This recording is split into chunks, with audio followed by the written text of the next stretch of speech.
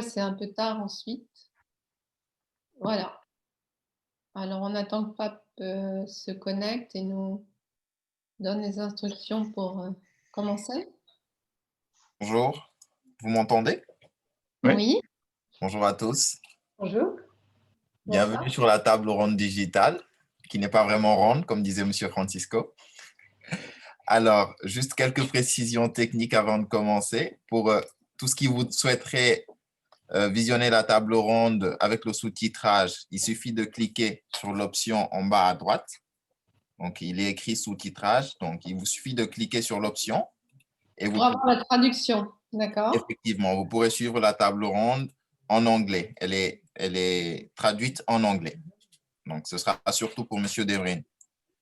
Alors, ensuite, pour la table ronde en tant que telle, quand vous n'avez pas la parole, ce serait préférable que vous éteigniez votre micro. Comme ça ne va pas créer d'interférence.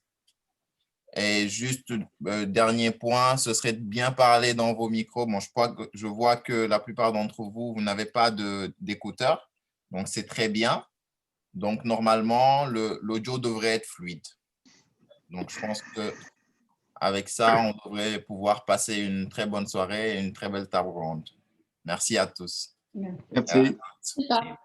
Pape, juste pour peut-être à un moment inscrire quelque part pour les gens qui se connecteront au fur et à mesure que la traduction, pour ceux qui ne le voient pas, que sous-titrage, leur rappeler que c'est sous-titré. D'accord, je vais le préciser dans les commentaires. D'accord, merci. Donc, 18h30 dans 4 minutes, on commence à 18h30, si vous voulez bien. Donc, je crois que c'est moi qui commence, hein, Jean-Pierre. Oui. Donc, j'attends. Voilà, tu commences, un petit film, je reprends la main, et puis après, on déroule avec, si vous vous rappelez bien, une question collective et des questions particulières. Voilà. Pourquoi il y a de l'écho, là?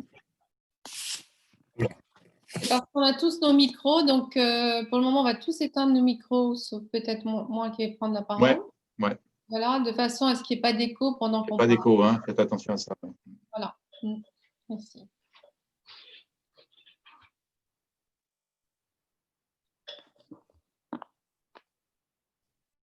Donc, j'attends que ce soit un petit peu plus de 18h30, parce que les gens sont en train d'arriver. Je vois que les gens se connectent.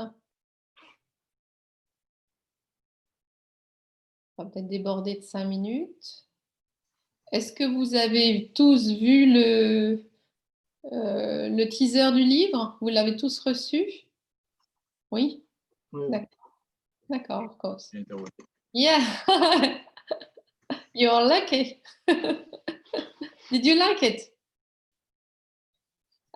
Your micro is off. Okay. No, I liked it very much. It's very pretty. Well done. Congratulations. Thank you. Thank you very much.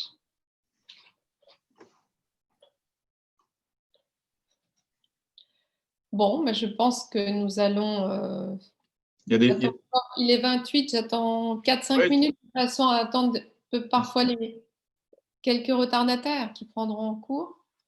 Et nous commençons donc dans 3 minutes, je commence. Bon, voilà.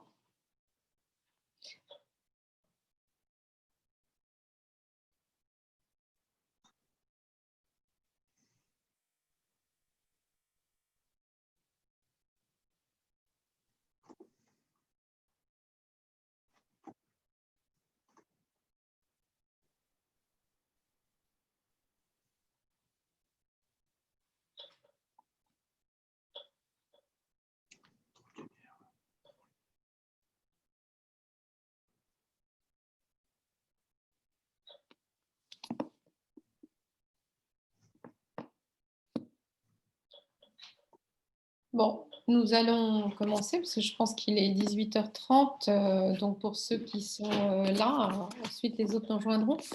Donc, bonsoir à tous. Déjà, bonsoir à tous ceux qui ont accepté de participer à cette table ronde.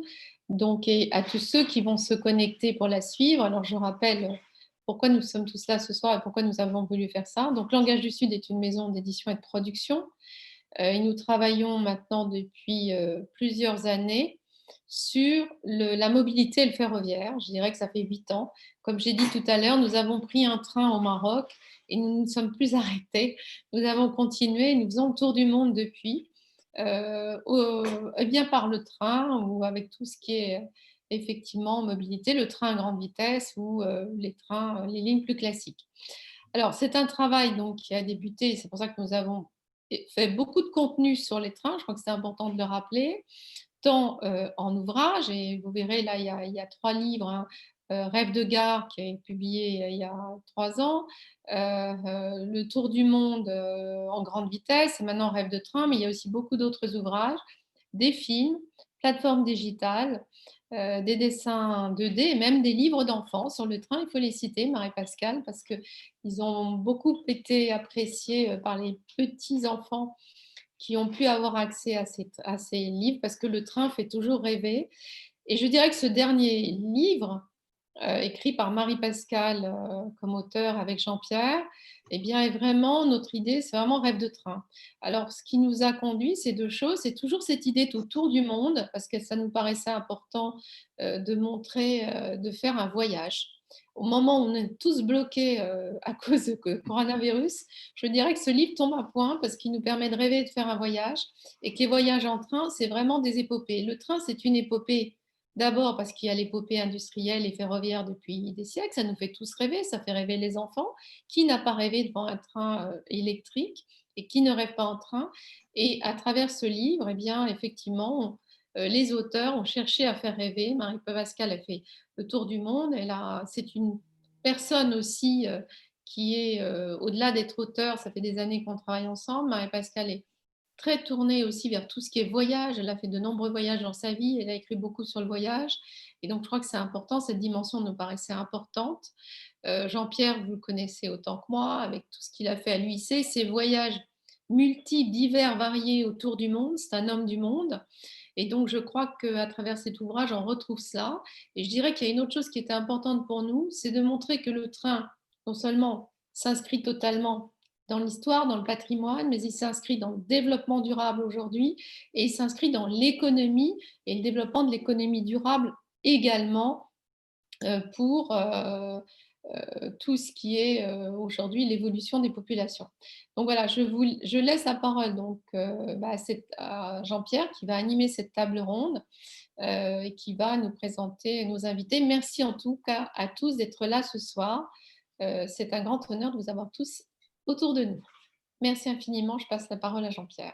Avant, je crois que nous allons voir un petit film sur le livre, de façon à ce que vous le découvriez un peu plus précisément.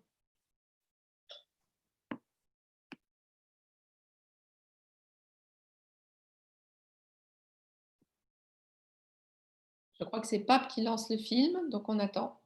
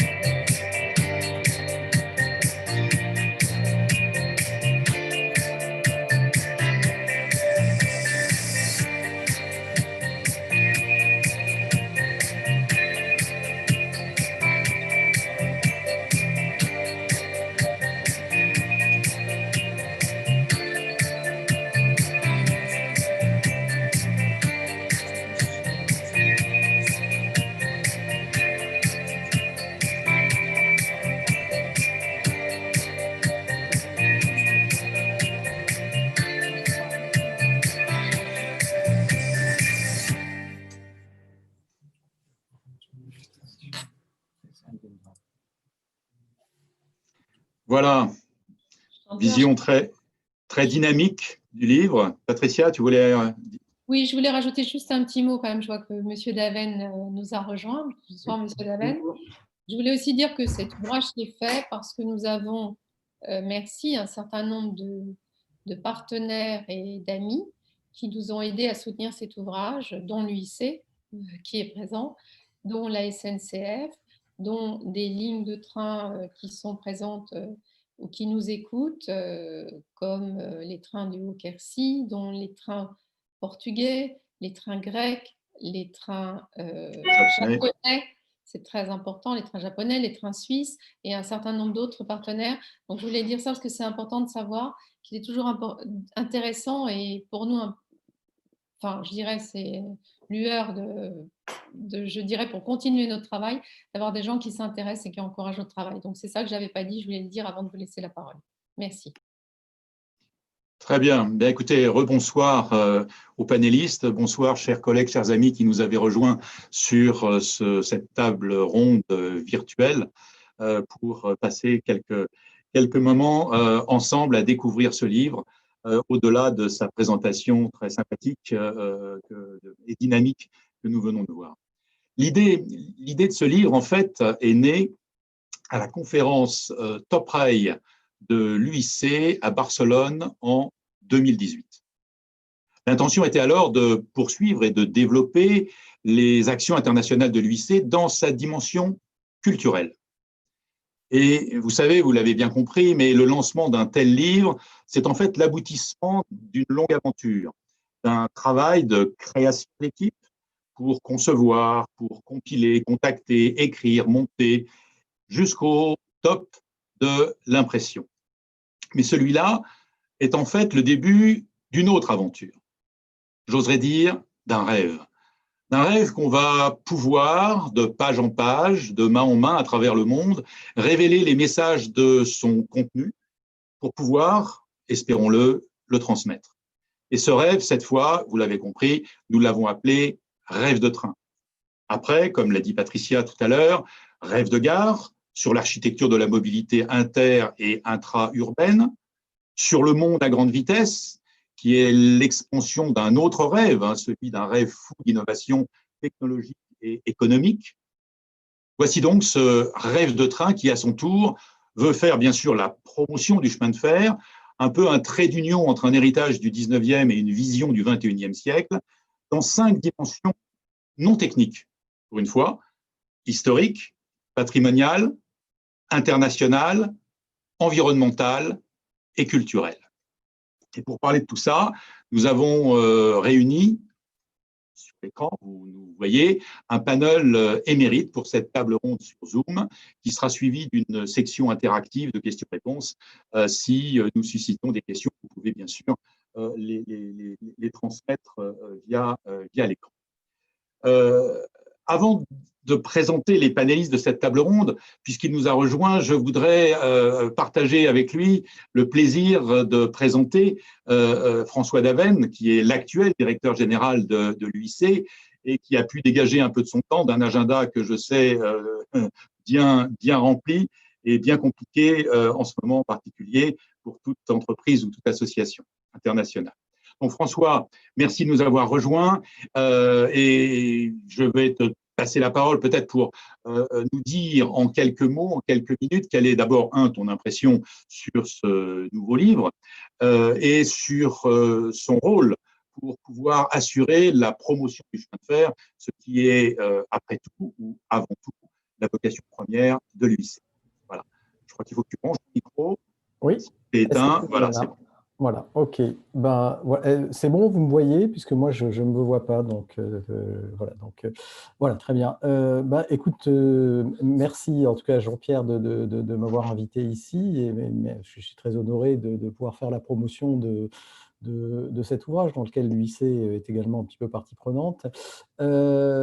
Voilà, je pense que ce qui est important, vu de l'UIC par rapport à ce livre, comme l'a dit Jean-Pierre, c'est un petit peu de sortir un peu de la nostalgie sur le chemin de fer. Voilà, donc, quand on parle de chemin de fer touristique, On a tous dans l'image des films qu'on a tous vus, Meurtre de l'Orient Express, alors ça dépend un peu de notre culture cinématographique, mais on a tous une scène qui se passe dans un train et qui a un impact fort parce que c'est des paysages, c'est des choses qui se passent dans des décors uniques. Bon, on peut par exemple penser à Bon baiser de Russie, qui est, si je ne m'abuse, le deuxième James Bond, dont une partie se passe dans un train entre la Turquie et la Russie, ou l'inverse. Mais on a cette image finalement avec le train touristique de quelque chose du passé. Et quelque part, quand on parle train touristique, on est un peu dans une espèce de nostalgie du passé. Je crois qu'avec ce livre, ce qu'on voit, c'est que les trains touristiques sont des trains du présent, c'est-à-dire que ce qu'on voit dans le texte, à travers les différentes photos, à travers les ambiances qui sont retranscrites dans cet ouvrage, c'est que le train touristique, c'est aujourd'hui. On a l'occasion, si on veut s'en donner la peine, des trains exceptionnels, d'avoir en contact avec des endroits qui le sont tout autant. Et un contact dans la durée. Donc, je crois que c'est ça aussi qui est important avec le mode ferroviaire, c'est que non seulement sur des distances moyennes, on reste relativement compétitif avec l'aérien, mais en plus, on a l'occasion de sentir le voyage, de sentir les territoires qu'on traverse. Et je pense que cet ouvrage, c'est un peu ce qu'il donne. On se retrouve dans une ambiance absolument magique. Et moi, je voudrais conclure peut-être sur une note d'ouverture, puisque l'UIC s'occupe aussi de trains touristiques, s'occupe aussi de promouvoir le chemin de fer dans cette dimension-là. C'est que c'est un peu un oxymore ce que je vais dire, mais l'UIC, on s'efforce dans cette dimension touristique ou du voyage de développer une nostalgie du futur. Alors, ça paraît complètement incroyable de parler de nostalgie du futur, mais c'est un peu ça, c'est-à-dire que c'est quoi notre futur? Est-ce que notre futur, c'est d'aller toujours plus vite dans des modes de transport extrêmement polluants, sans réellement voir ce qu'est la réalité du monde, ou est-ce que c'est d'avoir un mode de transport qui nous inclut dans l'univers qui nous entoure, qui nous permet de voir la réelle beauté du monde? Et on parle de report modal vers le chemin de fer. Et peut-être que c'est ça finalement le chemin de fer aujourd'hui. C'est la nostalgie d'un futur où on irait peut-être un peu moins vite, mais par contre plus efficacement, de façon moins polluante, de façon moins émettrice de CO2, pour le dire de façon un peu plus technocratique, mais c'est quand même de ça qu'on parle, et qui nous reconnecte à notre univers. Et je voudrais, pour finir, vous rappeler, alors je ne sais pas si vous avez vu cette série, mais il y a une série qui s'appelle Westworld, qui est quelque part le remake en série d'un classique de la science-fiction, qui s'appelle Monde Ouest, en français en tout cas, Westworld en version originale, où ça raconte en fait, dans un univers futuriste, la révolte de robots humanoïdes dans un parc d'attractions qui recrée le monde de l'Ouest américain. On en a tiré une série. Et ce que j'ai trouvé, outre la série que je vous conseille si vous vous intéressez aux problématiques de l'intelligence artificielle, comme souvent dans les séries américaines, c'est extrêmement bien fait, c'est qu'on arrive dans ce parc en train. Et c'est assez intéressant parce qu'on y arrive dans un train absolument futuriste. Et on sort de ce train futuriste pour rentrer dans un train du Far West. La boucle est bouclée. C'est également un train touristique, d'un genre un peu particulier pour ceux qui ont vu la série. Mais je crois, en tout cas pour l'UIC, où nous on voit un petit peu qu'est-ce qu'on peut faire en termes d'innovation, c'est un assez beau symbole de la nostalgie du futur qu'on aimerait bien installer avec le mode ferroviaire. Voilà, donc merci de m'avoir donné l'occasion de m'exprimer pour le lancement de ce livre. Voilà, merci beaucoup et bonne table ronde. Merci beaucoup François pour cette nostalgie du futur dédiée à tous les grands enfants amoureux du chemin de fer que nous sommes. Et merci de nous parler, si j'ai bien vu, depuis le hall de l'UIC. C'est bien ça. Absolument, enfin, un hall Voilà, virtuel le hall de Zoom. lycée parce que je suis chez moi, mais ça fait partie de nos fonds d'écran un peu institutionnels. Donc, on bien. a la chance d'avoir un siège dont le hall que vous voyez est classé. Donc, voilà, autant en faire profiter nos différents partenaires. Voilà, merci beaucoup. Merci François. Je reviens donc à la table ronde pour faire une rapide présentation des panélistes qui ont accepté de nous rejoindre ce soir. Je commencerai par Marie-Pascale, qui est, on dit l'auteure ou l'autrice de ce livre, mais de beaucoup d'autres. En fait, je ne ferai pas ta présentation puisque Patricia Defever l'a un peu fait tout à l'heure. Je voudrais juste profiter de ces quelques minutes pour te redire officiellement à quel point ça a été un plaisir de travailler ensemble sur ce magnifique projet. Voilà. Et j'espère qu'il y en aura d'autres. Luc Lallemand, qui est le président de SNCF Réseau, qui avant ça était président et directeur général d'Infrabel, mais que vous ne voyez pas à l'écran, hein, parce qu'en fait, il m'avait fait l'honneur et le plaisir de nous rejoindre ce soir, à la fois comme ami de longue date et comme amoureux du chemin de fer depuis encore plus longtemps. Mais malheureusement, je dirais pour lui, il a des contraintes et des impératifs dans un agenda absolument fou qui l'ont empêché ce soir de pouvoir être avec nous, en tout cas le temps nécessaire pour partager cette table ronde. On lui souhaite bon courage et j'ai le plaisir donc de remercier Florence Dartiguet-Perrault, qui est la directrice générale de la communication, qui ce soir va le représenter, va même représenter SNCF Réseau. Rien que ça. Merci beaucoup Florence. Qui s'appellera donc Luc Lallemand, si on ne change pas son nom. Exactement, Luc Lallemand ce soir. Par le webmaster. Marie Crasse, également amie de longue date, j'oserais dire de très longue date, chère Marie.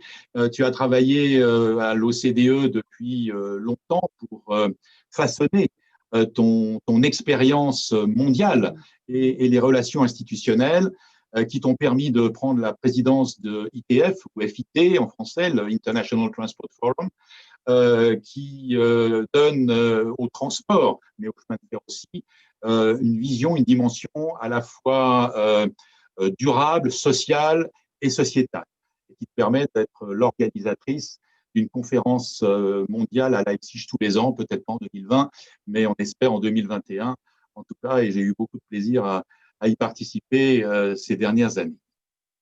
Kléber Rossillon, en préparant cette table ronde, on a découvert avec Kléber deux points communs dans une discussion préparatoire. D'abord, on a usé nos fonds de culotte dans les mêmes prépas à Louis le Grand, il y a déjà quelques années, hein, ça ne nous rajeunit pas, et nous avons travaillé tous les deux dans le domaine des transports. Moi, plutôt au ras des pâquerettes sur le TGV, et toi dans les étoiles avec le programme Ariane. Et tu as quitté ce programme Ariane pour t'adonner à ta passion, familiale, si j'ai bien compris, qui est de mettre en valeur le patrimoine français. Et donc, dans la société que tu as développée, tu gères actuellement 12 sites en France et un site à l'étranger, ce qui donne la dimension internationale. On dira que c'est Waterloo, voilà, bord de plaine, mais c'est un très beau site là-bas aussi. Et aujourd'hui, tu es en fait non plus le président de cette société, mais le conseil auprès de la présidente qui est ta fille Geneviève. Je passe à Francisco Cardoso. Merci de nous rejoindre en direct du Portugal. Zoom fait vraiment des miracles. Là, on se croirait chez Michel Drucker. Tu as été, Francisco, président des chemins de fer portugais, président du métro de Lisbonne, de Refer, donc le réseau ferroviaire portugais. Tu es actuellement directeur international des infrastructures dans leur ensemble du Portugal et, last but not least, président aussi de l'UIC Europe. Donc, tu réunis toutes les dimensions ferroviaires internationales dans cette table ronde. Et comme tous ici ce soir, tu y ajoutes une dimension culturelle et philosophique très forte. Peter Debrin, last but not least, thank you Peter for joining. Tu es, Peter, aujourd'hui responsable du programme World Heritage de l'UNESCO. On a donc là la vision totalement planétaire. Après une carrière qui a été, elle aussi, dédiée aux relations internationales et au développement durable. Et donc maintenant, au travers du programme World Heritage, dans la dimension tourisme, ou plutôt écotourisme mondial. Donc, vous voyez que nos différents panélistes réunissent les uns et les autres une, deux ou trois des 5 dimensions dans lesquelles nous avons conçu et présenté ce livre Rêve de train. Voilà. Après cette présentation, je voudrais maintenant, bien sûr, vous donner la parole et commencer, si vous le voulez bien, par une question, la même pour chacun d'entre vous. Je vous demanderai d'y répondre en 2-3 minutes. Ne brûlez pas toutes vos cartouches, parce qu'on aura l'occasion d'échanger plus directement sur vos expériences et vos impressions un petit peu plus tard.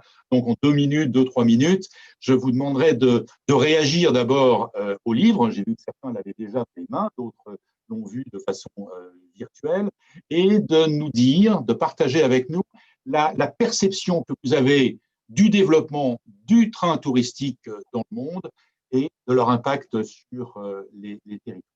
Et pour commencer cette table ronde, dans le carré de mon écran, je commencerai par le coin en haut et à droite, enfin pour moi en tout cas, de Marie-Pascale, pour commencer ce premier round de questions communes. Marie-Pascale, à toi. Merci. Bonjour à tous. Cette question, pour ma part, j'aime bien remonter quand même aux sources historiques parce que le concept de train touristique n'est pas nouveau. Lorsqu'on se plonge dans l'histoire ferroviaire, on voit bien que certains trains, certaines lignes, dès leur naissance, ont été des outils de développement touristique. Je pense notamment en France, à la Côte d'Azur ou à l'océan Atlantique, où des petits hameaux de pêcheurs sont devenus des stations ultra connues grâce au train. Les attractions naturelles, mer, montagne, ont toujours attiré le train. La crémaillère a vu le jour relativement tôt pour partir à l'assaut des montagnes. Les compagnies ont investi très tôt dans des structures hôtelières. On a l'impression qu'aujourd'hui, on assiste à une nouvelle ère de réhabilitation ferroviaire par l'attraction touristique. En écrivant ce livre, ce qui m'a frappé, c'est l'extrême diversité des trains touristiques. On a souvent en tête le petit train avec sa locomotive à vapeur qui roule à 30 km/h, où on est assis sur des banquettes en bois, très authentiques, très charmants. Mais il existe évidemment beaucoup d'autres trains touristiques. Il y a des trains qui ont été dédiés au transport du minerai ou des exploitations forestières qui sont devenues reconverties pour le tourisme. Il y a les trains quotidiens, ceux qui ont aujourd'hui autant une fonction publique. Je citerai le train jaune ou le petit train de Corse. Il y a les trains évidemment mythiques qui relient des océans, que ce soit en Australie ou aux États-Unis. Il y a les trains de luxe qui offrent des séjours absolument incroyables. Et je citerai aussi ces petits trains exceptionnels, les trains jouets qu'on trouve en Inde, dont 3 sont quand même classés au patrimoine mondial de l'UNESCO, et pour leur régularité et leur entretien, autant que pour les paysages extraordinaires qu'ils côtoient. Pour moi, avec le temps, le développement, ces trains reconvertis pour le tourisme sont devenus des produits touristiques. On a réussi à rentabiliser l'entretien des lignes et des trains en créant de l'attraction à bord et en offrant surtout aux passagers ce qu'ils recherchent, c'est-à-dire une ambiance, des animations particulières, des commentaires sur l'histoire, sur la faune, la distribution de produits régionaux. Enfin, on invente tous les jours de nouveaux concepts pour que ces trains soient vraiment des produits touristiques.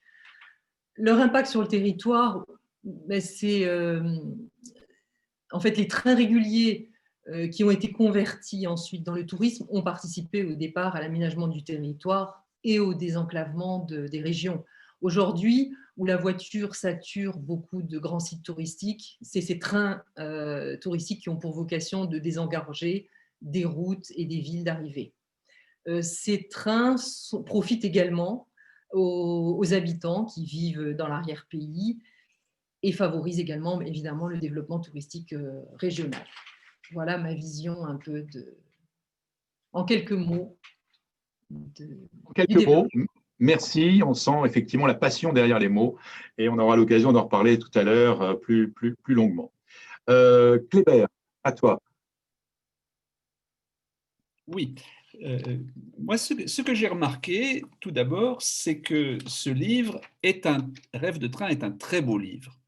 Et il y a eu un choix que j'ai trouvé très judicieux, de faire un format à l'italienne, ce qui permet de présenter une page sur deux des grandes photos panoramiques qui sont, je dirais, en très grande largeur. Et il n'y a rien de mieux que pour présenter un objet qui est un train dans un paysage qui est un objet extrêmement long. Ces photos panoramiques de trains dans le paysage sont magnifiques et c'est la première impression que l'on a quand on a ce livre entre les mains. C'est la qualité de ces photographies. Je pense que ça fera certainement un très beau cadeau pour Noël. L'autre chose qui frappe, c'est que c'est un ouvrage qui touche le monde entier. Et là, vraiment, vous êtes allé partout, hein, Marie-Pascale, vous êtes allé vraiment partout. On a des photos du monde entier et c'est vraiment l'univers du train dans le monde qui est représenté. Et le voyage en train, le train est un moyen de locomotion. Et cet ouvrage indique que le train peut être lui aussi, non pas un moyen de voyager, mais aussi un but de voyage. C'est-à-dire que l'on peut aller voyager pour prendre le train, et pas seulement prendre le train pour voyager. Le chemin de fer, il y a deux choses qui me frappent dans le chemin de fer du point de vue touristique. Je suis un professionnel du tourisme et je fais visiter des sites touristiques, des monuments, des musées et aussi donc le train de l'Ardèche qui est dans le sud-est de la France, qu'on appelle aussi le Mastron. Le chemin de fer est en lui-même, la ligne de chemin de fer est en lui-même un élément du paysage. C'est-à-dire qu'elle permet d'admirer le paysage, mais la ligne en elle-même, avec ses ouvrages d'art, son implantation dans le paysage, c'est un élément du paysage. Et c'est aussi, ça a été dit, un patrimoine qui est un patrimoine technique très important, mais aussi un patrimoine vivant. C'est-à-dire que quand on voit tous ces trains touristiques, ce sont des trains, certains ont une grande ancienneté, mais c'est aussi quelque chose qui vit. Et on peut dire que on va fêter bientôt le bicentenaire du train de voyageurs, c'est un patrimoine vivant. C'est ça qui me frappe et c'est bien sûr ce que recherchent à voir les touristes. Merci beaucoup. Tu en parles avec les mots d'un opérateur ferroviaire amoureux de ses trains. Merci. C'est formidable. Écoute, dans ce cas-là, je vais passer la parole dans la même veine à Francisco pour donner lui aussi son impression à son tour. Francisco. Bonjour à tous, merci pour l'invitation. Pour moi, c'est un peu difficile, c'est pas comme vous, parce que je raisonne en portugais et je dois parler en français. C'est pas facile, mais je vais essayer de faire le mieux que je peux. La première référence, c'est de dire que je suis... C'était très bon de lire le livre, de voir les photos, etc. Et j'ai compris que la qualité est exceptionnelle et comment le livre parle du chemin de fer, c'est très touchable pour un cheminot. Les cheminots, ils ont un problème, c'est de parler du chemin de fer d'une façon rationnelle. C'est pas facile parce qu'on parle avec le cœur quand on parle des trains et du chemin de fer. Bon, le tourisme, je me rappelle en 1983, c'était mon premier voyage après faire un an de travail au CP, les chemins de fer portugais, et j'avais la possibilité de voyager sans payer. C'était très bon. Hein. Et j'ai commencé mon voyage à Lisbonne et j'ai arrivé à York pour voir le musée de York en Angleterre. J'ai voyagé au Sud Express, un des trains les plus anciens qui va de Lisbonne à Paris. Et ce que je me rappelle, parce que c'était quelque chose de très, très, très touchant et différent pour moi, c'était la possibilité de voyager dans une voiture corail dans la voiture restaurant, devant moi, une demi-bouteille, pas une bouteille, de Bordeaux et quelques fromages français en voyant le paysage. C'était quelque chose de différent, de superbe que j'ai eu la possibilité de sentir et que même 37 ans après, je me rappelle très, très bien. Bon, mais parlant du tourisme ferroviaire, ça, j'ai pris quelques notes pour dire ce que je pense. Le tourisme ferroviaire est hétérogène et attractif pour tous les types de clientèle. On a des jeunes, des plus âgés, des actifs, des retraités, des familles, des passionnés des chemins de fer qui sont complètement fous pour voyager dans des trains historiques notamment. Et les opportunités de développement du chemin de fer et de loisirs sont nombreuses. Soutenir le tourisme durable comme le chemin de fer le fait, en utilisant ce moyen de transport, n'est pas seulement un cadre stratégique pour assurer une image positive des chemins de fer, mais aussi un moyen de répondre aux préoccupations sociales, de créer un avantage concurrentiel, gérer les risques et donner une contribution importante pour encourager les politiques de développement du territoire et de l'économie. Le chemin de fer, pour moi, c'est un instrument de culture, de liaison et de partage. Il a une influence extrême sur l'économie et l'inclusion sociale, régionale. C'est quelque chose qui traverse la société. Le chemin de fer fait l'union, comme lui c'est, les trois mots qui étaient très, très, très chers pour Jean-Pierre. Je vais dire en anglais, excusez-moi. Unity, universality, solidarity. C'est quelque chose que le chemin de fer fait. La solidarité, l'union entre nous et il est universel. Il est partout et c'est bon qu'il soit partout. Et c'est bon qu'il fait la liaison entre nous et entre les cultures de tout le monde. Et c'est pour commencer, j'ai parlé beaucoup, hein, Jean-Pierre. Merci Francisco. Et en tout cas, c'est incroyable parce que cette première question qui est un peu un tour de chauffe, vous rentrez directement dans les notions culturelles, dans les notions de valeur. Enfin, je veux dire, c'est tout à fait prometteur. En tout cas, merci beaucoup. Et si je peux te dire une petite chose, c'est qu'un verre de vin et un bout de fromage sur un train français ne vaut pas un verre de Porto et un verre de Montego sur le Douro. Voilà. Peter, si tu veux bien prendre la suite. Peter, your turn.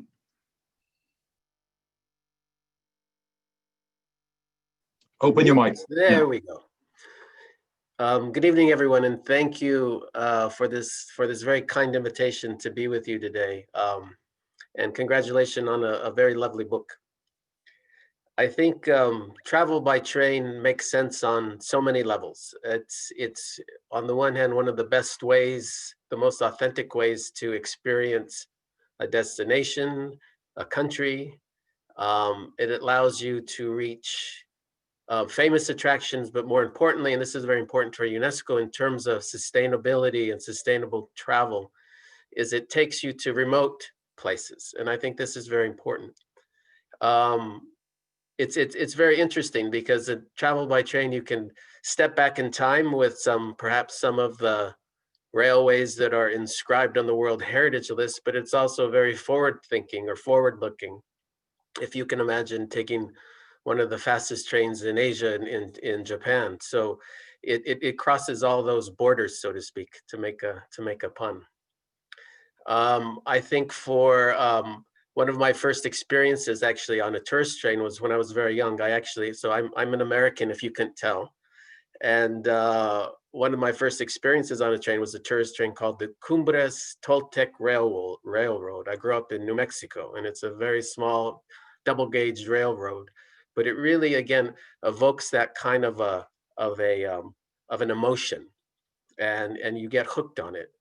There's nothing more relaxing than seeing the landscape go by as you're sitting in a train. So it not only takes you to a destination, but it's being on the train is an experience in and of itself. And that's very important, I think, in terms of culture and how we are looking at this through heritage and how it connects, again, not only 2 points on a map, but also provides that experience in the train itself and the savoir-faire, et cetera, et cetera.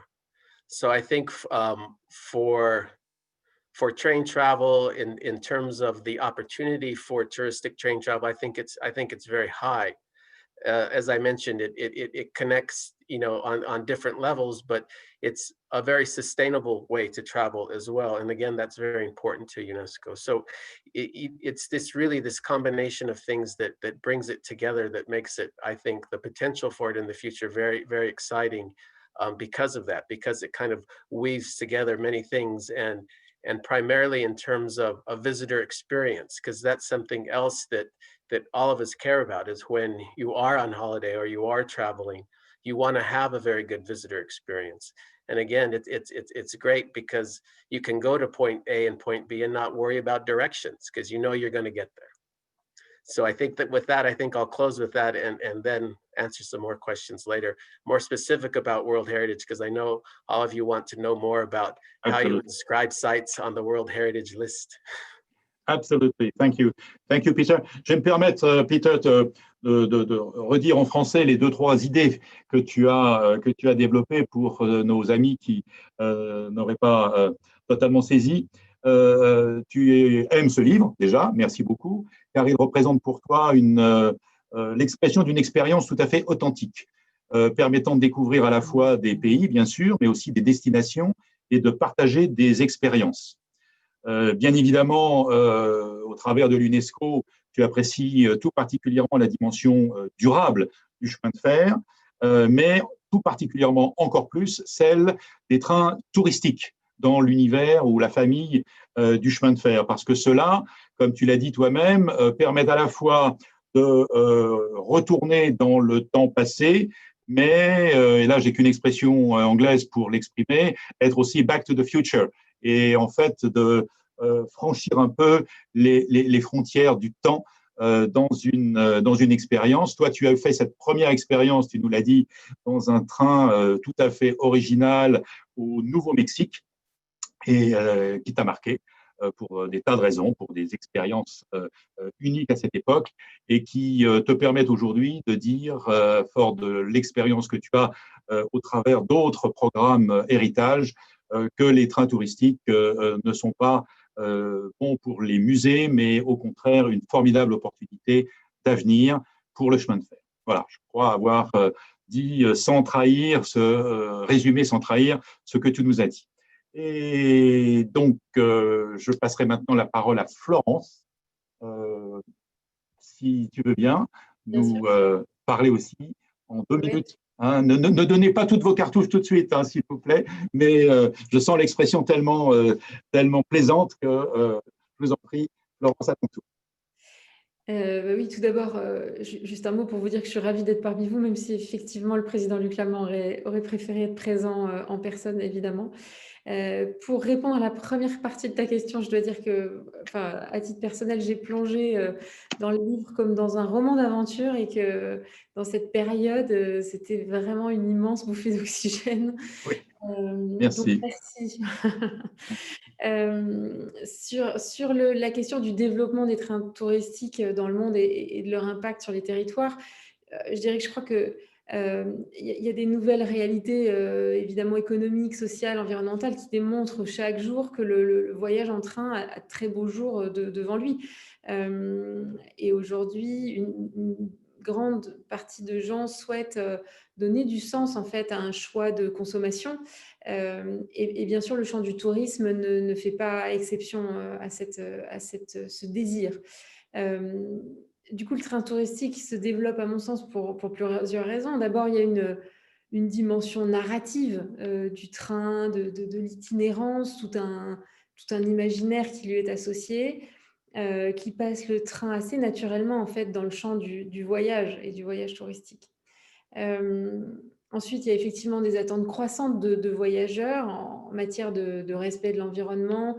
De plus en plus, le voyage en train, ça devient un réflexe pour des voyageurs qui sont soucieux effectivement de leur impact en fait sur cet environnement.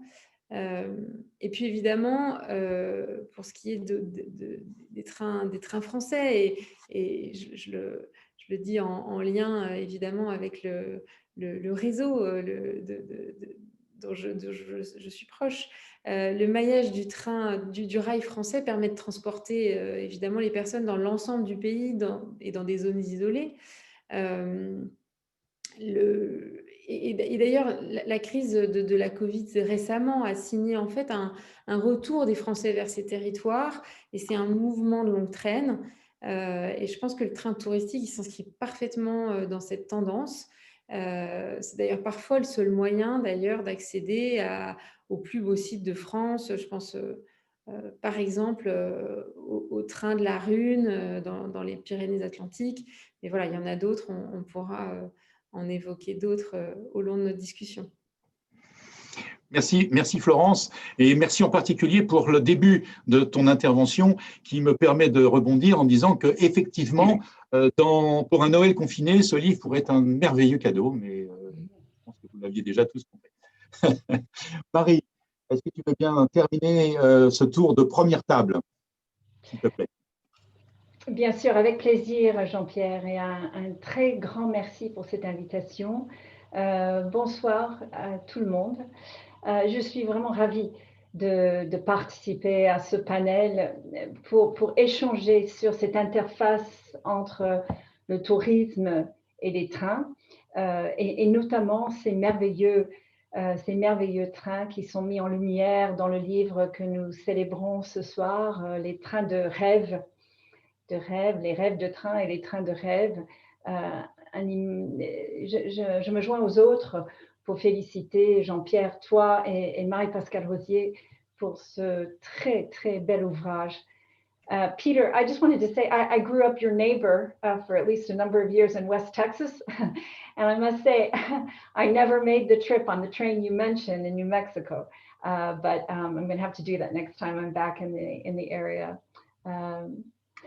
Alors, pour moi, ces trains qu'on voit dans ce superbe livre représentent une immense, moi ce que je dirais, une opportunité pour faire un lien mobile entre les chemins de fer régionaux et les réseaux de chemins de fer nationaux et internationaux, un lien entre le tourisme au niveau régional et le tourisme au niveau national et international, et aussi un lien vivant, je dirais, un lien vivant et actif entre le passé et le présent. Et je crois, François, tu as évoqué ça aussi, une certaine nostalgie qui porte vers l'avenir pour toi, mais je vois ce lien avec le passé qui est merveilleux et qui est incorporé dans ces trains.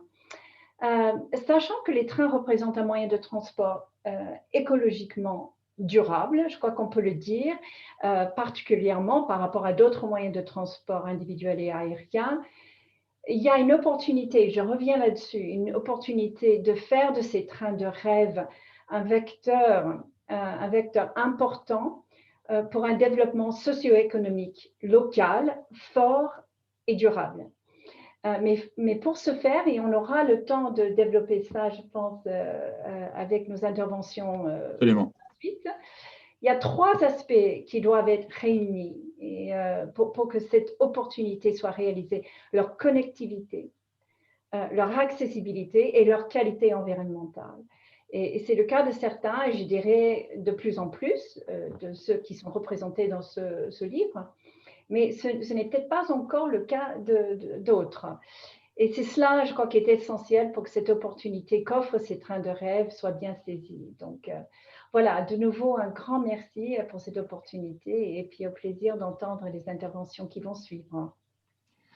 Très bien, merci à vous tous. Vous avez déjà abondé dans le débat qui va suivre, qui sera peut-être un tout petit peu plus particulier par rapport à vos expériences ou à ce que vous représentez dans le domaine ferroviaire ou dans le domaine ferroviaire touristique.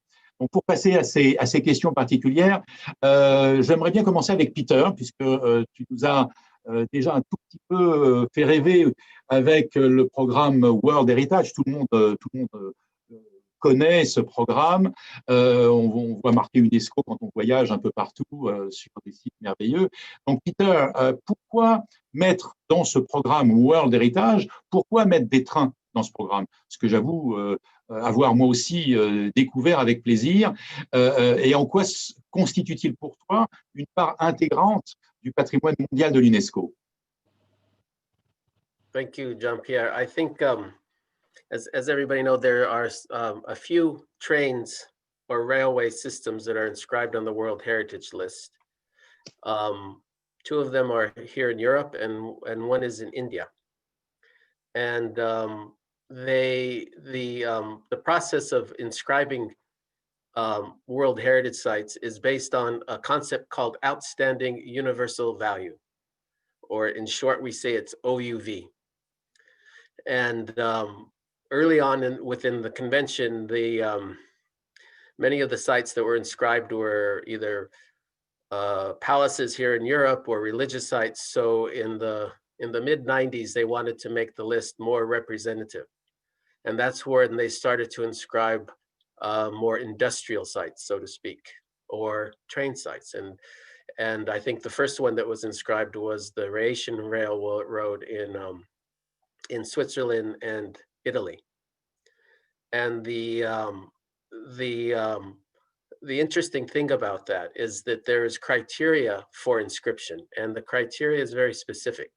For instance, I think the Semmering Railway in Austria is it's one of the greatest feats of civil engineering. So that qualifies it under criterion 1, which is a creative work of indicative of genius. So again, it's really looking at the heritage aspects of railways and the ones that are inscribed, and they all have to do with some sort of engineering achievement. The 3 that are inscribed. For instance, the Rhaetian Railroad is the same. It brings together 2 historic railway lines that cross the Swiss Alps in 2 passes, but it constitutes that outstanding technical and architectural environmental ensemble. So that this is why these are inscribed. And then the other one that's on the list is the Mountain Railways of India. And that site itself is again, it's very, it fits under another criteria, perhaps the influence of innovative technology or illustrative of economic or social developments. So it is very specific. The process is, how should I say in a word, complicated, and it takes time. But I'll leave it at that. And I know there's probably going to be other questions about that. But there's also something that we call there's the World Heritage List itself, and then there's another list of sites that aren't World Heritage, but a country has decided to see if that has the outstanding universal value. We call it our tentative list. And in fact, there are more railway sites on the tentative list. I think one of the most famous one is the Andean Railway in Ecuador that crosses the Andes. And again, it's up to the state party to actually inscribe these or to put forward these to UNESCO. So I'll leave it at that, Jean-Pierre, so you can translate. Sorry, I went on a bit long. Oui, ben, je vais essayer de dire que pour toi, l'apport des trains touristiques dans le programme Héritage, pour l'instant, il n'y a que quelques trains, mais doit répondre à des critères d'authenticité et d'exceptionnalité. Et tu as mentionné deux des valeurs, d'ailleurs, que Francisco avait rappelé tout à l'heure. Une première valeur qui est la valeur d'être universel, un petit peu un héritage universel, comme un legs au monde, d'une part, et d'autre part, au-delà des aspects religieux ou des aspects historiques ou des aspects culturels, d'apporter un côté un peu exceptionnel dans le domaine industriel ou dans le domaine technologique.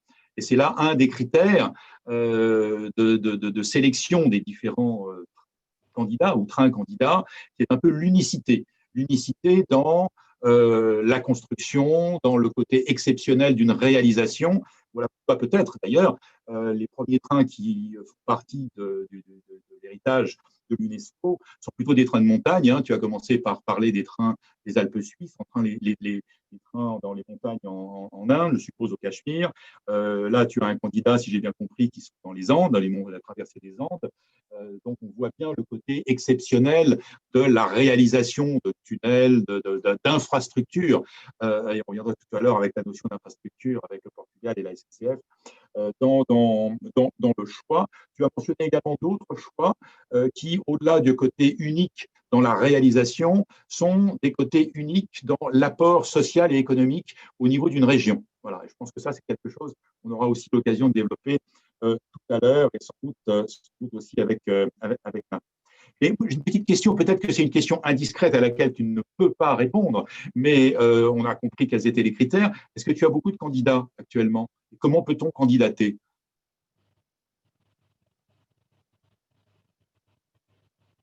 Sorry, I didn't understand. Beyond your criteria, do you have actually a list of candidates, of trained candidates, and how can they candidate?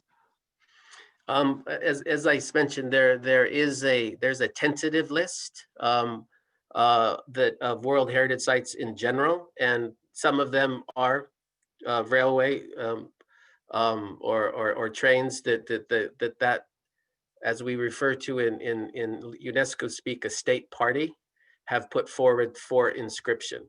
The process, depending on the country, it takes anywhere from 2, 3, 4, 5 years sometimes to develop a nomination. As I mentioned, it's a very much an involved process. And again, it comes back to whether or not it's inscribed as if it has to demonstrate that it has that outstanding universal value. And as I mentioned, probably the top criteria would be that feat of engineering achievement. So that's why you see the sites that are inscribed, the Semmering or the Rhaetian Railway, they have those spectacular viaducts, for instance. That's why they're inscribed. So I think for those sites or those trains or railways that are looking for that type of recognition for UNESCO, it's very important that they do that kind of comparative analysis to ensure that the values, those heritage values, are in fact outstanding, and you do that through that very thorough process. I don't have the number of sites on the list because the interesting too, I wanted to point out is I mean, we're talking in on the one hand about touristic trains, etc., but there are many industrial sites that are inscribed in the World Heritage List that have that aspect of a railway system within it. A lot of the mining sites, for instance, in Europe. I mean, you can't transport coal without a railway line. So it gets, it's there. It manifests itself in different ways. And so in that case, and you can even look at Auschwitz as having that aspect of a railway and the importance that it has been in history. And again, sometimes we often think of World Heritage Sites as being beautiful or a beauty contest, but it's not. I mean, it's very clear that these sites are inscribed because they've had that impact on humanity.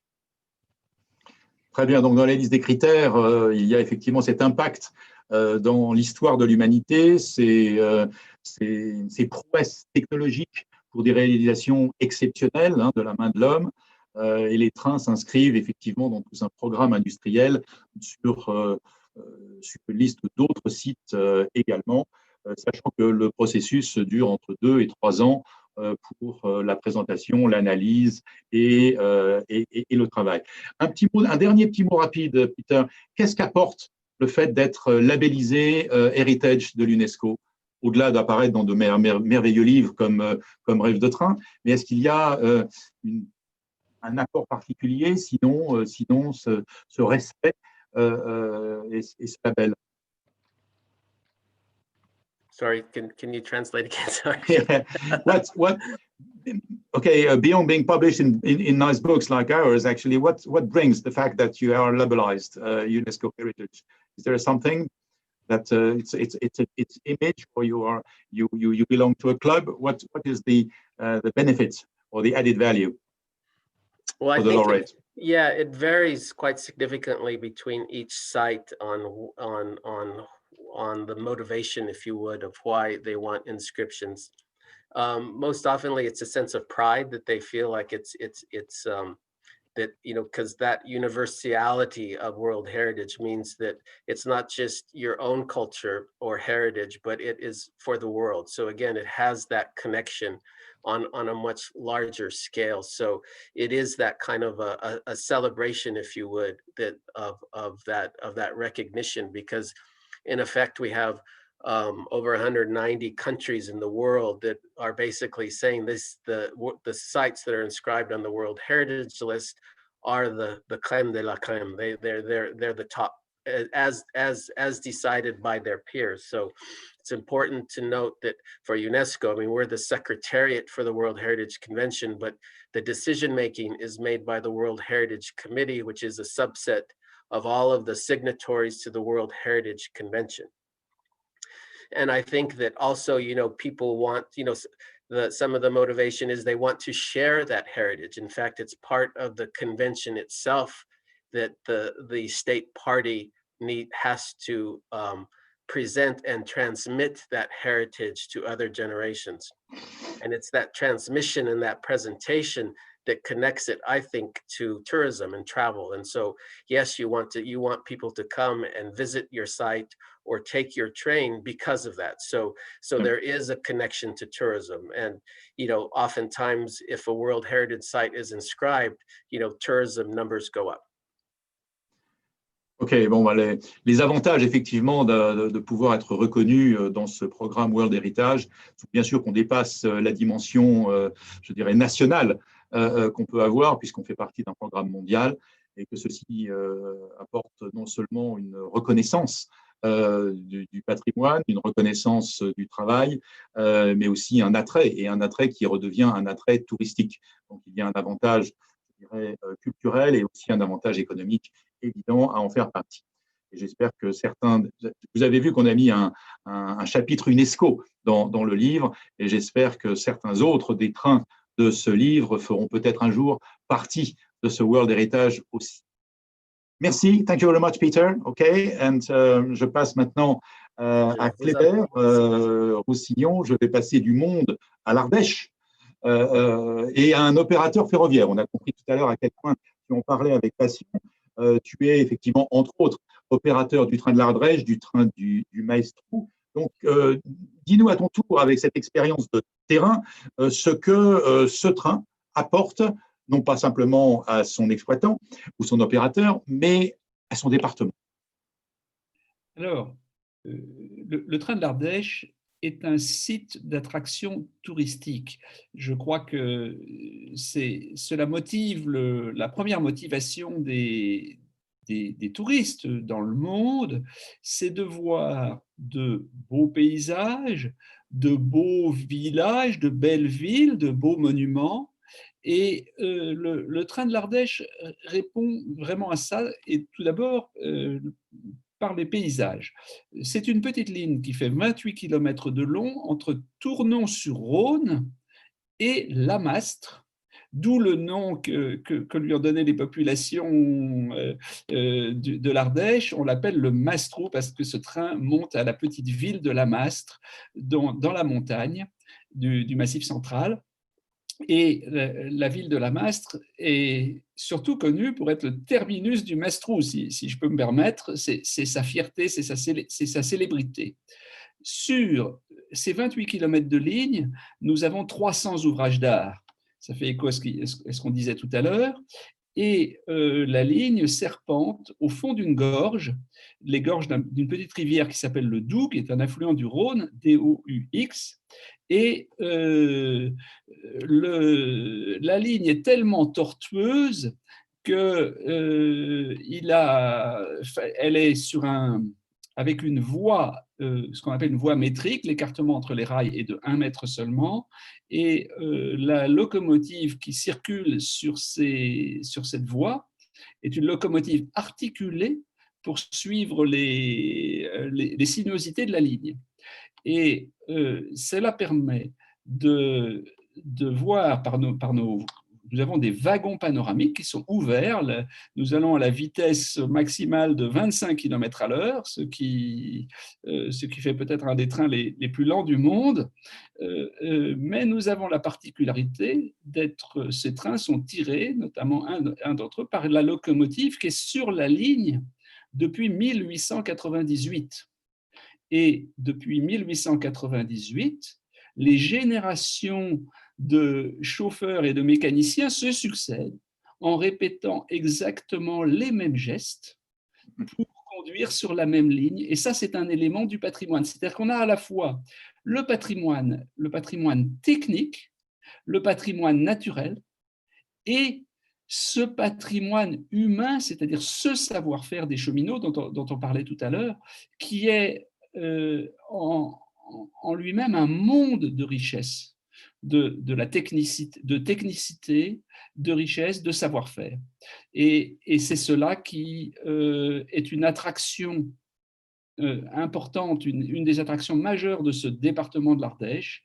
Et je dirais que les retombées sont les retombées classiques de tout site touristique, c'est-à-dire des gens qui viennent pour l'hébergement, pour venir en vacances dans cette partie du sud-est de la France. J'ajoute on a parlé de moyens de locomotion. Beaucoup de nos voyageurs viennent avec leur vélo et profitent d'une combinaison de moyens de transport, font la montée à vélo et ensuite poursuivent dans les montagnes ardéchoises qui sont un des hauts lieux du cyclotourisme dans le monde, poursuivent leur voyage. C'est vraiment un site touristique qui est intégré, dont les visiteurs ressortent éblouis et qui donc rayonne dans son département et plus largement dans le sud-est de la France. Très bien, écoute, merci beaucoup. On sent la passion, hein, décidément. Et ce qui est très intéressant dans cette première partie de réponse, c'est que inévitablement, tu as parlé de transmission de tradition. Et ça, c'est ton autre passion, celle de préserver le patrimoine historique au travers de ces 12 sites. Est-ce que tu penses que les trains touristiques, il n'y en a pas partout, hein, tu n'en as pas partout, tu as celui-là effectivement en Ardèche, est-ce que les trains touristiques peuvent avoir une vocation particulière dans leur mobilité, dans leur espace, dans la possibilité de découvrir un certain nombre de sites, à justement aider à la préservation du patrimoine et de sa culture? Ils sont vraiment un élément du patrimoine. Je crois qu'ils sont considérés comme un élément du patrimoine. Je parlais de notre train de l'Ardèche. Nous avons 35 véhicules qui sont classés monuments historiques. C'est le classement national français de monuments historiques, comme peuvent être classés un château. Eh bien, nos locomotives, nos voitures voyageurs, pas toutes, mais beaucoup sont classés monuments historiques. Cela fait partie du patrimoine et je pense que Le tourisme, c'est connaître la culture d'autrui et c'est connaître le patrimoine d'autrui. Et en ce sens-là, le train touristique participe. Alors, je ne parle pas, nous, notre train va à la petite ville de La Mastre et nous avons des possibilités d'excursion d'une journée. On prend le train pour aller à La Mastre et on en revient. Pour d'autres trains touristiques qui sont présentés dans ce livre, le voyage en lui-même fait partie, ça permet d'aller d'un point A à un point B, donc c'est aussi un moyen de voyager, ce qui n'est plus le cas aujourd'hui pour notre train de l'Ardèche, que plus personne ne prend pour raison professionnelle, je dirais. C'est vrai qu'on a des expériences dans ce livre de quelques heures ou de plusieurs jours ou semaines, selon les trains que l'on emprunte. Merci, tu as évoqué donc à la fois le patrimoine, mais aussi cette sensibilité au patrimoine culturel. Est-ce que tu peux, en 2 mots, nous dire quel serait pour toi l'imaginaire qui se cache, qui se découvre dans une expérience à bord du Mastro? La plongée dans un autre monde. La voie de chemin de fer est au fond des gorges. On ne voit pas les routes, on ne voit pas les moyens de communication modernes, et on s'arrête à des petites gares qui n'ont pas changé depuis leur construction il y a 120 ans. Et cette attention à la conservation du patrimoine que nous faisons dans nos matériels roulants, mais aussi dans nos gares, que nous respectons, nous respectons ce patrimoine tel qu'il a été bâti, c'est cela qui est apprécié de manière, je dirais, presque inconsciente par nos visiteurs. Ce qui est très important, c'est ce que nous faisons quand vous allez visiter un monument. Je m'occupe aussi de monuments historiques, de musées. C'est la rigueur scientifique, je dirais, avec laquelle ce patrimoine a été bien conservé, et les gens le savent. Et ils profitent à fond de leur expérience, aussi de leur référence culturelle. Notre train sert à tourner beaucoup de films, évidemment, parce que il rend compte d'une ambiance du passé. Donc, on peut vivre toute son expérience culturelle en sachant que ce qu'on vous présente est authentique. Je crois que l'authenticité, et j'en appelle à tous les chemins de fer touristiques qui sont passés, qui sont présentés, une exigence d'authenticité qui n'empêche pas de créer des expériences nouvelles, parce que ça a été dit, hein, voire même futuristes, mais il est important d'avoir une réelle authenticité. C'est ça qui est important pour le public touristique. Merci beaucoup. Je vais retenir ce mot parce qu'en fait, c'est le même mot que vous avez utilisé à la fois pour décrire le World Heritage de Peter, Authenticity, et ton train du Maestro. Donc, il y a là véritablement une valeur partagée un peu partout. Et ça, c'est vraiment formidable. Je passerai maintenant de l'Ardèche à l'international à nouveau. Francisco, tu as une longue expérience internationale, et en particulier au travers de l'UIC. Je l'ai dit tout à l'heure, l'UIC a créé, je m'en souviens bien, j'en ai été l'initiateur, un programme qui s'appelle Top Rail, le Portugal en fait partie. Est-ce que tu peux nous dire, mais très rapidement, en quoi cela consiste et quelle est la valeur ajoutée pour un opérateur d'en faire partie? OK. Quelques notes dans le contexte d'un tourisme international qui est en croissance constante, même quand la COVID-19 nous pose différents défis et exigences. Top Rail est un projet UIC qui promeut activement les produits du tourisme ferroviaire en augmentant la visibilité des offres de services. Ceci est accompli en fournissant une plateforme permettant une collaboration étroite entre les parties prenantes et leurs clients pour encourager les opportunités de tourisme ferroviaire. Le partage de bonnes pratiques, la collaboration dans des actions ou projets communs, Des initiatives innovantes d'intérêt collectif sont des conditions préalables à l'implication des membres de TopRai.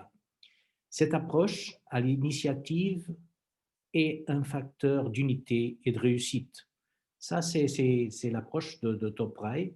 Et je pense que les membres, sa participation, son travail démontre qu'il est possible de faire mieux d'une façon commune et en apprenant les expériences de chacun. Et ça, c'est le rôle la vision, la mission de TopRai. D'accord. Merci. Merci beaucoup de nous avoir éclairé un petit peu là-dessus. Je rappelle que Rêve de train, et Patricia s'en souvient sans doute, parce que tu participais à Barcelone à cette conférence TopRai, et Rêve de train est né effectivement de ces discussions collectives avec d'autres opérateurs. Le Portugal, Francisco, est, comme beaucoup de réseaux, très riche de son héritage en termes d'infrastructures. Comment penses-tu que le développement des trains touristiques peut contribuer justement à la préservation de ce territoire? Et j'embrayerai directement sur qu'est-ce que tu penses. Je sais qu'on les a pris ensemble. Le train du Douro, c'est absolument exceptionnel, ou de la Bouga, qui sont dans le livre, peut-être y en a-t-il d'autres. Comment vois-tu leur apport dans la possibilité de préserver, d'aider à la préservation de ce patrimoine, dans toutes ses dimensions, comme l'a dit Kléber, et j'en rajouterai une autre, puisqu'on parlait de transmission tout à l'heure, et de transmettre ce goût de la culture ferroviaire aux jeunes générations. Oui, je pense qu'il faut continuer l'investissement de promotion d'une offre diversifiée, s'assurant que les infrastructures sont les plus adéquates et le matériel roulant le plus applatif. En maintenant, comme notre collègue de table ronde a dit, en maintenant l'authenticité. Parce que je pense que c'est très, très important. Je pense que les personnes, elles ne veulent pas acheter quelque chose qui n'est pas authentique. C'est un produit qu'on peut faire partout, ou quelque part. C'est pas la tradition culturelle, c'est pas le passé qui est là, c'est quelque chose de nouveau qui ne représente pas le passé et la tradition. Et ça, on doit assurer qu'il continue comme ça. L'offre doit valoriser l'histoire, la culture, la gastronomie, les activités sportives ou les thèmes liés au paysage et à la tradition des régions. Et parce que nous pensons à l'avenir, une attention particulière doit être accordée aux jeunes et à leurs attentes concernant la nature, les loisirs et les expériences de groupe qu'ils valorisent. L'utilisation du digital sera aussi un facteur de succès vis-à-vis d'une demande plus exigeante, mais avec l'authenticité partout. Parlons des trains portugais. Les plus connus sont des trains historiques à vapeur ou diesel qui marchent à côté des fleuves. Jean-Pierre, il a dit les trains de Douro et de Voga au nord du Portugal. Et voyager à bord du train historique du fleuve Douro est un voyage dans le temps. Sur un parcours le long du fleuve, la locomotive à vapeur et les 5 voitures historiques parcourant la distance de Régua à Tours, dans un voyage unique dans le passé, marqué par la beauté du paysage classé au patrimoine mondial de l'UNESCO. Pendant le trajet, on peut voir des paysages viticoles uniques, lieux de production d'exceptionnels vins, bien connus mondialement et qui partagent avec nous aussi un portfolio de couleurs impressionnantes. Faire la liaison pour Porto Régua par train, le Miradouro, ou par bateau sont des bons choix qui complémentent cette option historique. Il y a d'autres trains portugais qui sont disponibles, comme le train historique du Voga et des trains thématiques, le train des cerises, le train des amandes et les trains de gastronomie. Le tourisme ferroviaire est un segment de la demande qui monte, tendance qui sûrement va continuer. Au Portugal, on croit que ça va continuer et notre effort est que ça continue. Une parole finale pour dire quelque chose sur la tradition des ingénieurs. Au Portugal, il y a une très forte tradition des ingénieurs, des cheminots, des ingénieurs qui travaillent aux locaux, les voitures, la maintenance, qui est très efficace, mais aussi la tradition d'acheter de l'ingénierie étrangère. Et nous avons des exemplaires de la maison Eiffel. Vous connaissez le pont sur le Douro, le pont Maria I, la Reine, et d'autres des stations avec cette tradition de travailler le métal d'une façon très, très particulière. Et c'est l'hommage aux ingénieurs qui travaillent au chemin de fer que je dois finir mon intervention. Très bien, merci. Tu illustres parfaitement ce que disait Marie-Crasse tout à l'heure, le lien entre rêve de train et train de rêve, et entre l'histoire qu'ils représentent et le futur qu'ils construisent aussi. Je vais rester dans la gestion d'infrastructures en passant la parole à la SNCF avec Florence. Comme pour le Portugal, comme pour beaucoup de réseaux européens d'ailleurs, le patrimoine ferroviaire est un peu un héritage du 19e siècle. On parle du réseau Freycinet. Comment on est aujourd'hui, le 8 décembre, c'est la journée du climat, je crois, et je pense que vous êtes nombreux à avoir lu l'article de Jean-Pierre Farandou sur la défense que la SNCF veut apporter effectivement à l'environnement. Comment réussissez-vous à Réseau Ferré la liaison entre le développement ou la préservation de ce patrimoine et l'environnement? Alors, c'est vrai que SNCF Réseau est dépositaire aujourd'hui d'un patrimoine ferroviaire absolument incomparable, avec 30 000 kilomètres de lignes et de très nombreuses installations ferroviaires. Notre mission principale, évidemment, c'est de développer le modal ferroviaire, évidemment, l'offre modale ferroviaire à l'échelle du territoire, et de préserver et de moderniser le réseau ferroviaire national, qui capte d'ailleurs un attachement tout particulier au cœur de la vie des Français. Pour beaucoup, le voyage en train, c'est une expérience familière depuis l'enfance, c'est quelque chose qui accompagne les individus. Et pour faire le lien avec la partie, la durabilité en fait de ce mode de transport, évidemment, juste un chiffre, le ferroviaire, c'est moins de 1% des émissions de carbone pour 10% des voyageurs et des marchandises transportées en France. Donc, évidemment, c'est un atout massif dans la lutte contre le changement climatique. Et c'est bien le moteur de l'action de SNCF Réseau dans le cadre effectivement des orientations stratégiques du groupe. Vous parliez de Jean-Pierre Farandou il y a un instant, c'est de développer significativement la part modale du ferroviaire dans les années à venir, dans un objectif de contribution à la transition écologique, évidemment. Donc, la condition sine qua non au développement du ferroviaire, c'est la préservation et la modernisation du réseau pour que les voyageurs aussi continuent à préférer le train dans de bonnes conditions. Et au-delà, je dirais, de l'avantage concurrentiel naturel du ferroviaire, évidemment, l'entreprise et SNCF Réseau multiplie les initiatives pour mettre le développement durable au cœur même de sa production. Je vous cite quelques exemples. Ça va de l'éco-conception des projets à la réduction évidemment de l'empreinte carbone des chantiers eux-mêmes, la protection de la biodiversité, par exemple les infrastructures qui sont pensées pour éviter au maximum de perturber les milieux naturels sensibles. On a beaucoup de partenariats avec plusieurs associations de protection de la biodiversité, par exemple. Il y a aussi un sujet majeur, évidemment, d'économie circulaire.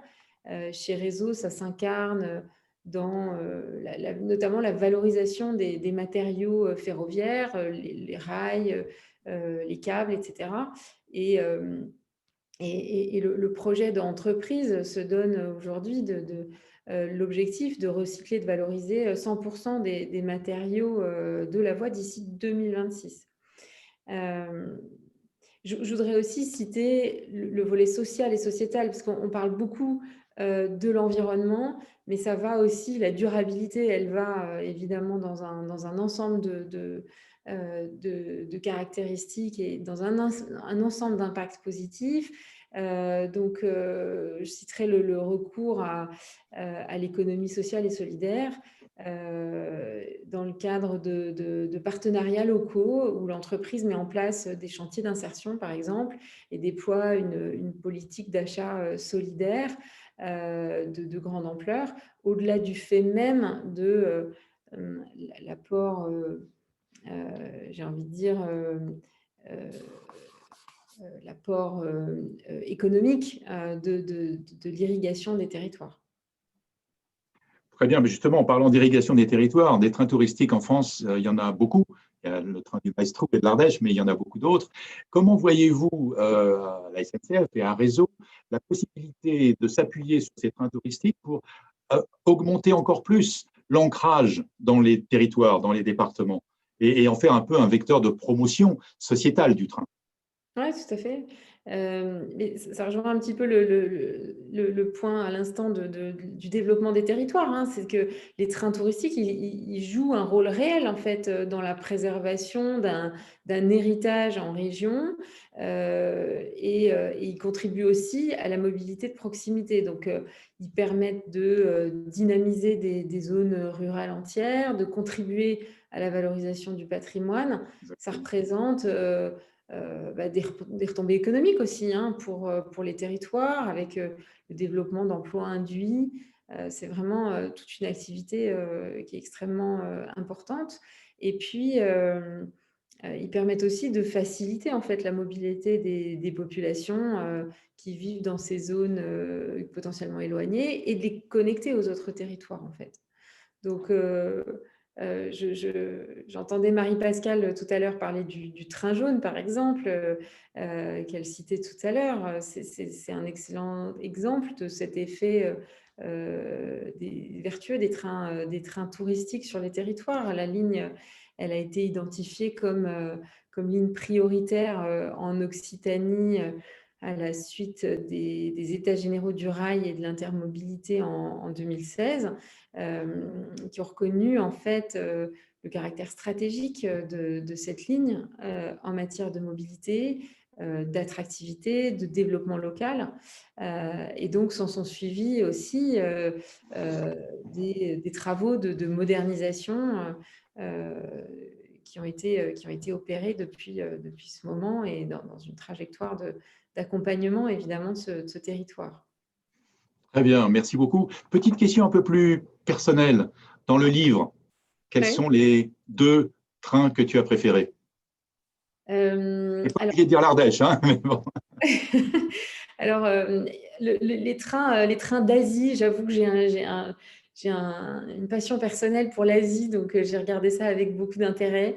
Et puis, plus particulièrement, je dirais le transsibérien, parce que c'est un souvenir personnel très fort de l'avoir pris d'ailleurs pendant quelques heures entre Moscou et Saint-Pétersbourg. Et j'entendais tout à l'heure parler du verre de vin dans le train. Alors moi, c'est le thé brûlant, vous voyez, le thé brûlant dans ces tasses avec des décors métalliques ajourés et regarder des kilomètres de paysages défilés. Objectivement, voilà, on se croit devenue une héroïne de Tolstoï ou de Dostoïevski, quoi. Très bien, très bien. Moi, j'avoue que c'était plutôt la vodka, mais bon, chacun, ça contribue aussi à la culture d'un pays. Bien, on évolue doucement là, vous voyez, entre l'international, l'authenticité, on arrive à la culture, on passe à l'environnement, on parle des jeunes générations et donc des impacts sociétaux. Ça nous amène naturellement à discuter avec Marie Crass et avec le CDE. Marie, à ton avis, quelles sont pour toi les valeurs environnementales des trains touristiques? Comment vous les voyez, vous, en termes économiques?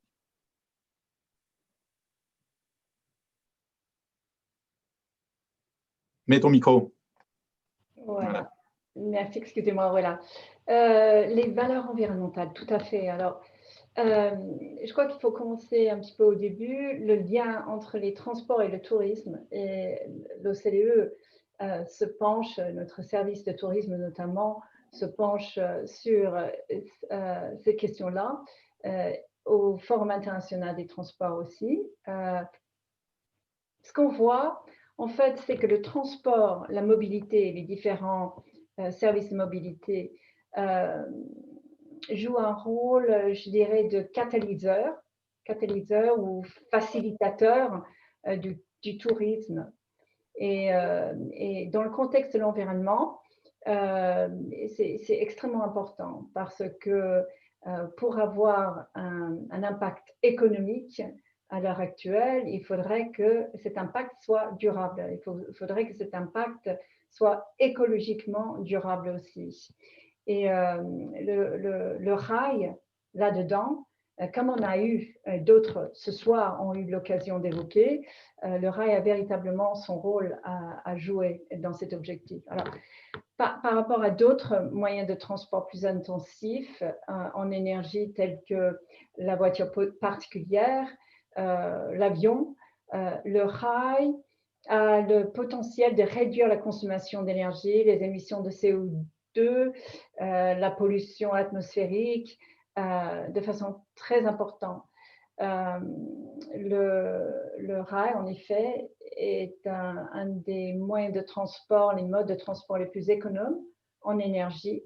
Et de par sa faible intensité énergétique, le rail représente un très grand potentiel de réduction de la consommation nette d'énergie et donc des émissions de CO2 en particulier, et donc de rendre les engagements climatiques mondiaux, sujet vaste et important à l'heure actuelle, plus réalisables. Donc, le rail, les chemins de fer ont véritablement le rôle à jouer là-dedans. Alors, dans le monde du tourisme ferroviaire, la principale critique éventuellement que l'on pourrait faire au rail reste sa dépendance aux combustibles fossiles. C'est quand même le cas, malgré le fait que dans beaucoup de régions du monde, l'électrification assure une réduction de ces émissions très importante, mais ça dépend aussi du profil énergétique d'un pays. Et donc, voilà, ça a son importance. Mais en général, l'intensité énergétique plus faible donne quand même au rail ce profil extrêmement porteur en faveur de l'environnement. Voilà. Alors, ça reste quand même un défi à relever par le secteur du tourisme, mais l'innovation technologique, et je crois qu'un de nos collègues sur le panel vient d'évoquer l'hydrogène comme possible apport énergétique du futur. Je crois qu'on est là-dedans. Je crois que l'hydrogène se présente à l'horizon de façon très, très intéressante. D'autre part, on évoque aussi, et notamment l'Agence internationale d'énergie évoque le biomasse comme étant, dans certains cas quand même une option à développer et à explorer. Alors, éventuellement, peut-être quelques points supplémentaires. Comme toutes les autres infrastructures de transport, l'investissement ferroviaire est coûteux. Ça, c'est une caractéristique que tous les modes de transport partagent pratiquement. Et donc, un débit élevé de passagers ou de fret, disons, est nécessaire pour qu'un projet d'infrastructure ferroviaire soit considéré comme efficiente, aussi bien sur le plan environnemental qu'économique. mais il faut rappeler qu'une large majorité de l'activité de transport ferroviaire de voyageurs, en tout cas, se déroule sur les trains électriques.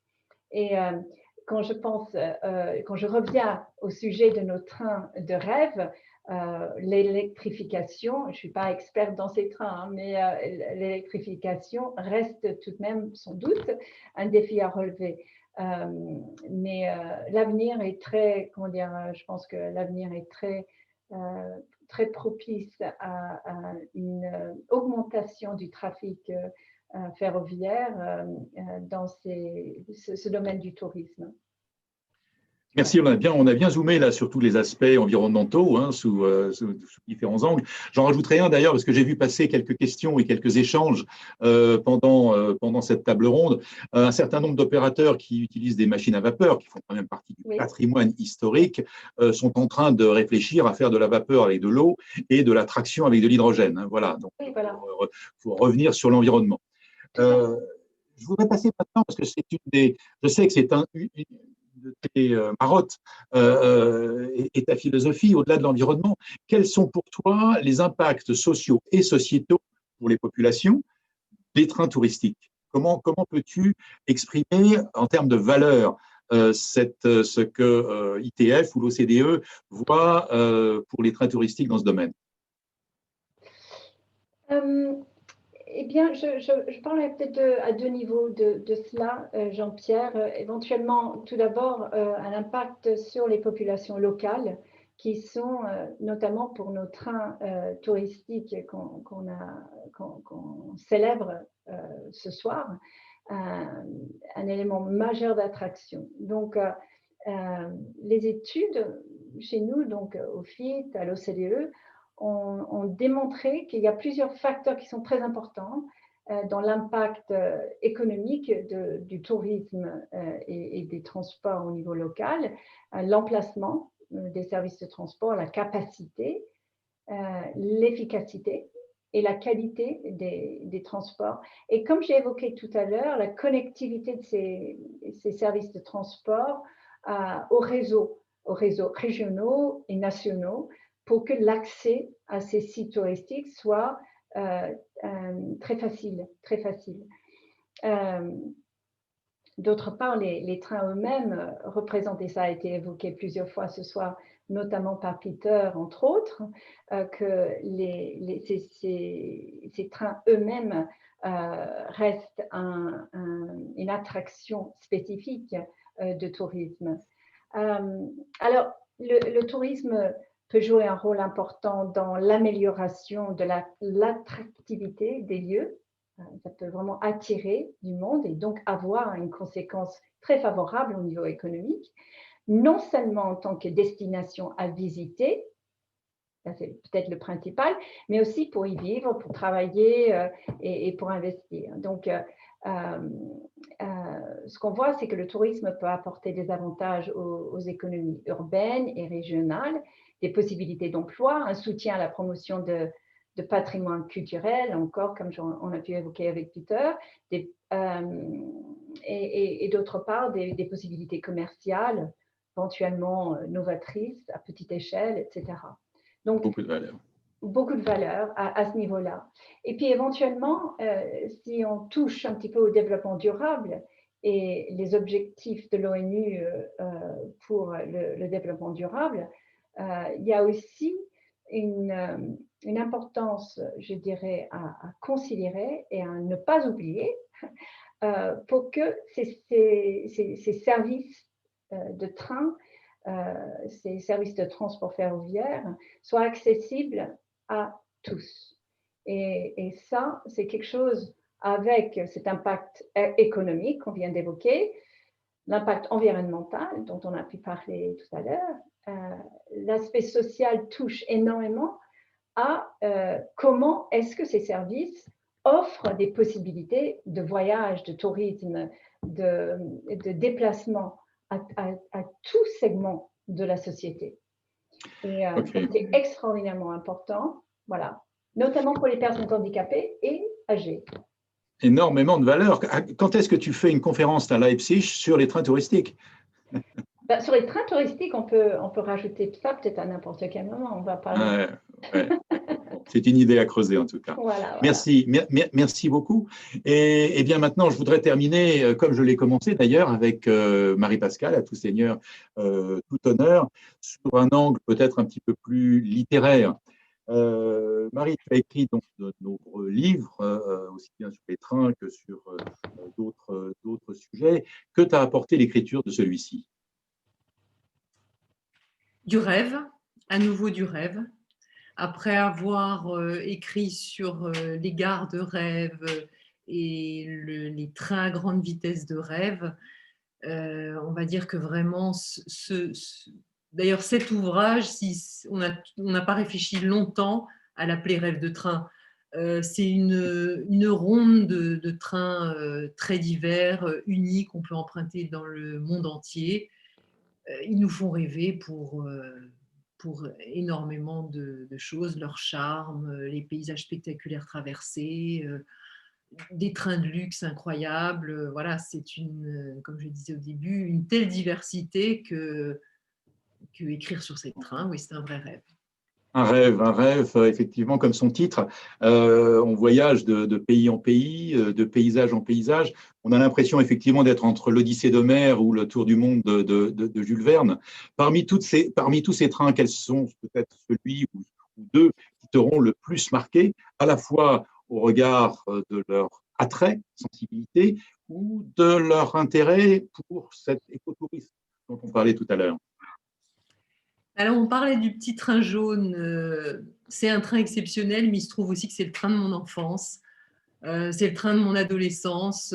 J'y ai passé beaucoup de temps. Donc, dès que je le vois apparaître dans la campagne du plateau de Cerdagne, ce petit train jaune fait ressortir vraiment ces sensations. On se précipitait dans les wagons découverts l'été. Qu'on sentait ces odeurs d'herbes coupées, les coups de soleil sur le nez, et puis cette descente, surtout vraiment, c'est cette opposition entre la montagne et la vallée.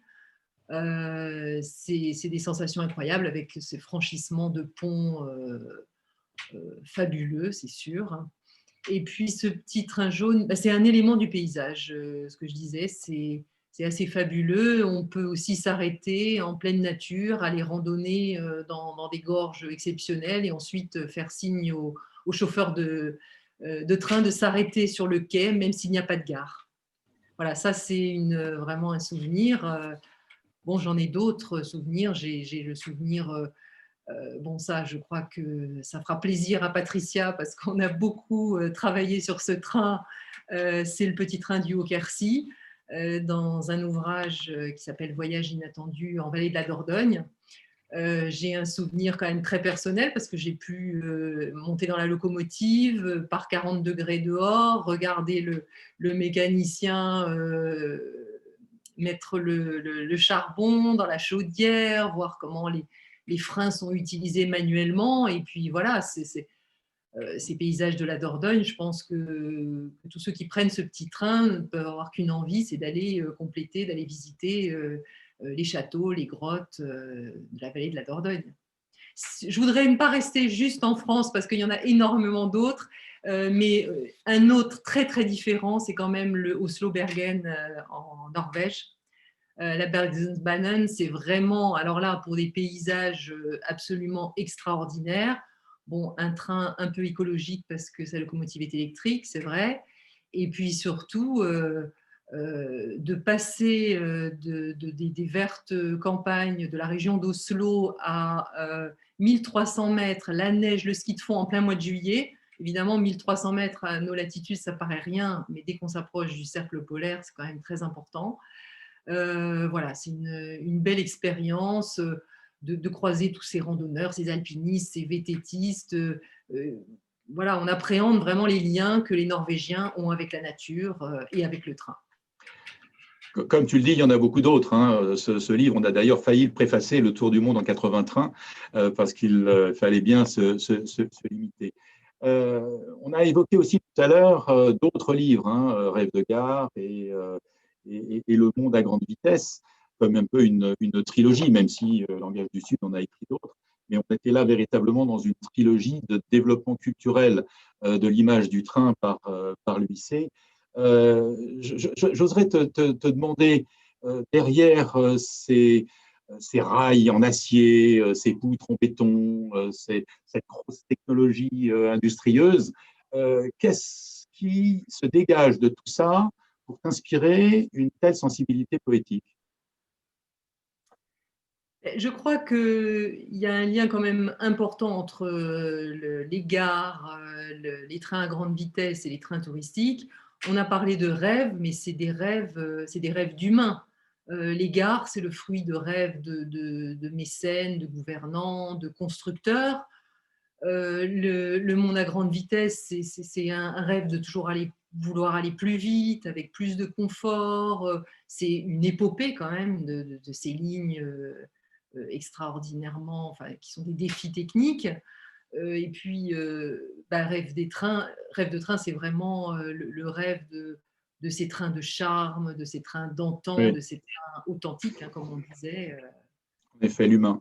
Je crois que l'humain est très important et ça me permet de rebondir sur une phrase que j'utilisais souvent, qui est de dire que dans le monde, il y a 1 million de kilomètres d'infrastructures ferroviaires, mais il y a surtout 7 millions d'hommes et femmes au service de la mobilité de 7 milliards de personnes.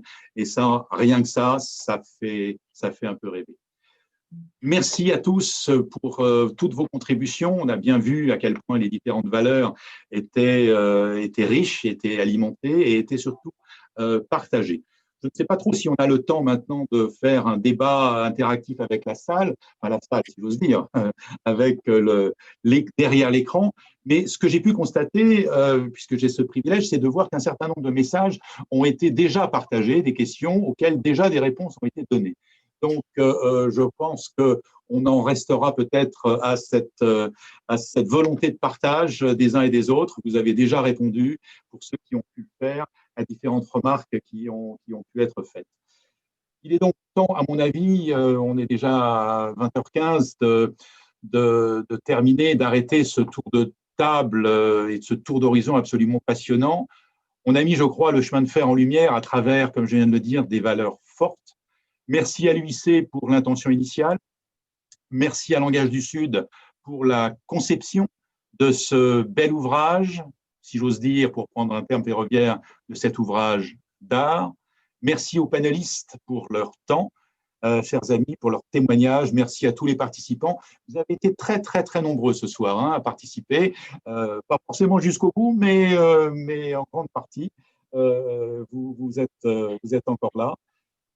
C'est un témoignage du passé, c'est une vision pour l'avenir, le train qui peut embellir le présent, créer des ponts et non des murs entre pays et populations, comme le rêvait déjà Isaac Newton en son temps. Parions ensemble que notre rêve de train peut faire, comme on le disait tout à l'heure, du train lui-même un vecteur de rêve nouveau, et faisons nôtre ce beau souhait de Saint-Exupéry, faire de sa vie un rêve et de son rêve une réalité.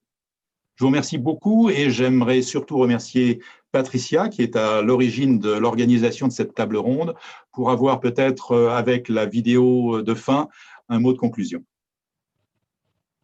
Merci à tous. Le micro. Micro. Bon. Voilà, merci à tous de toutes ces interventions passionnantes et puis de cette passion, parce que comme je vous l'ai dit au début, si nous nous sommes engagés depuis 8 ans, Langage du Sud dans le train, c'est que nous avions des rêves, peut-être d'abord le mien, d'être une fille et de ne pas pouvoir jouer au train électrique, c'est ce que je dis souvent, et donc de travailler sur le train depuis toutes ces années m'a permis de prendre ma revanche. Et je dirais que, comme l'a dit Marie-Pascale, au travers de tout ça, et vous avez parlé de beaucoup de choses, mais moi, ce que j'ai envie de retenir, c'est les expériences. Parce que d'abord, prendre un train, quel qu'il soit à vapeur, qu'il soit à grande vitesse, qu'il soit au diesel, c'est d'abord une expérience humaine, parce que dans un train, il y a des rencontres, il y a des découvertes, on regarde le paysage, on reste, je dirais, dans une dimension qui est une dimension qui nous sied tous. Alors, j'ai bien aimé un petit commentaire que je vais reprendre d'un monsieur, je crois que c'est monsieur Janot, mais je ne suis pas sûre, non, c'est un autre monsieur, qui disait, les trains, on peut les regarder, on peut les prendre, on peut être transporté. Les vieux avions, on ne fait que passer autour et on les regarde. Je crois que ça, c'est important. Bien que je sois aussi assez fan des avions, je crois quand même qu'effectivement, le train rend... Quand vous êtes dans un train, vous êtes actif, vous participez à son aventure, qu'elle soit à vapeur, qu'elle soit à diesel, qu'elle soit à 300 km/h. J'ai eu la chance de participer à l'aventure du lancement du train grande vitesse au Maroc. Eh bien, les gens pleuraient quand c'est passé à 300 km/h. Et ça, je crois que ça me marquera longtemps de voir tous ces gens, leur émotion. Quand on est dans un train, un petit train, un train à vapeur ou un train comme les trains japonais qui ne sont pas à vapeur, mais où vous avez des orchestres, vous avez de la gastronomie, là encore, on partage une expérience, donc une expérience humaine. Donc l'humanité, on en a parlé tout à l'heure, l'universalité, je crois que le monde d'aujourd'hui est tout à fait encore plus important d'en parler et qu'effectivement, travailler sur le train, travailler sur le voyage, comme on fait avec Marie-Pascale, c'est transmettre cette humanité, cette universalité. L'UNESCO a un rôle important à jouer dedans. Vous le jouez, il faut encore aider des trains parce que j'ai vu un petit mot dire que tous ces trains sont souvent soutenus par des bénévoles. Et ça, c'est vrai. C'est vrai, il ne faut pas l'oublier. Donc, mais il y a une autre dimension aussi. Madame, vous avez parlé de développement durable. Et je pense aussi qu'il faut aider ces trains à passer du charbon à des choses qui sont dans l'air du temps. Alors, je ne sais pas, moi, je ne suis pas technicienne. On me disait, oui, mais nos locomotives ne marcheront plus. Ça, je pense que les ingénieurs savent résoudre ça.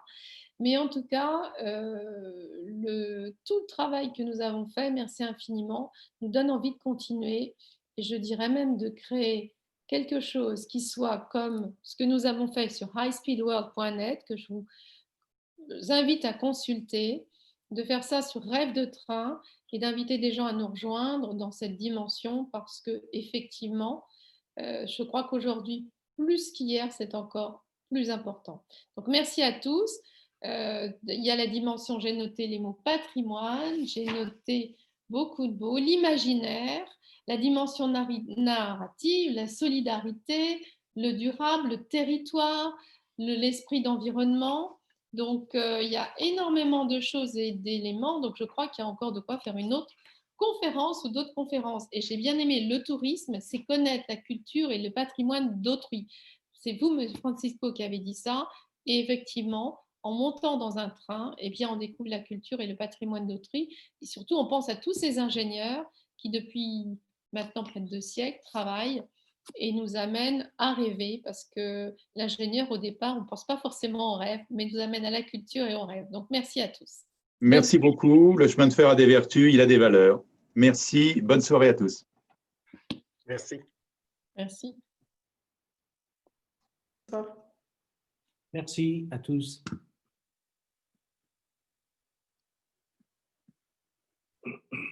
Merci pour cette invitation, Jean-Pierre, et grandes félicitations pour ce livre qui est juste magnifique. Hein. Merci. Juste une dernière chose pour vous dire que le livre aujourd'hui est en diffusion, parce qu'il a été, à cause du Covid, un petit peu retardé, mais il est en diffusion partout. Super, super. Voilà, et ben, grandes félicitations à Marie-Pascale, à Jean-Pierre, et puis merci pour l'organisation de ce panel qui était passionnant. Merci. Qui était passionnant, absolument passionnant. Ok. Voilà. Merci infiniment. Et allez, dernier mot, il faut remercier toute l'équipe aussi, parce que l'iconographie a un travail énorme. Et donc, au-delà de Jean-Pierre et de Marie-Pascale, il y a toute une équipe qui a travaillé sur ce montage et ce travail iconographique. C'est une aventure. Super. Le seul regret que j'ai, c'est que ce type de lancement est souvent suivi d'un cocktail, mais Zoom ne permet pas d'aller jusque-là. Donc, trinquons séparément, mais en tout cas, restons solidaires sur la promotion de ce beau livre. Merci. Au revoir. Au revoir. Ciao, ciao.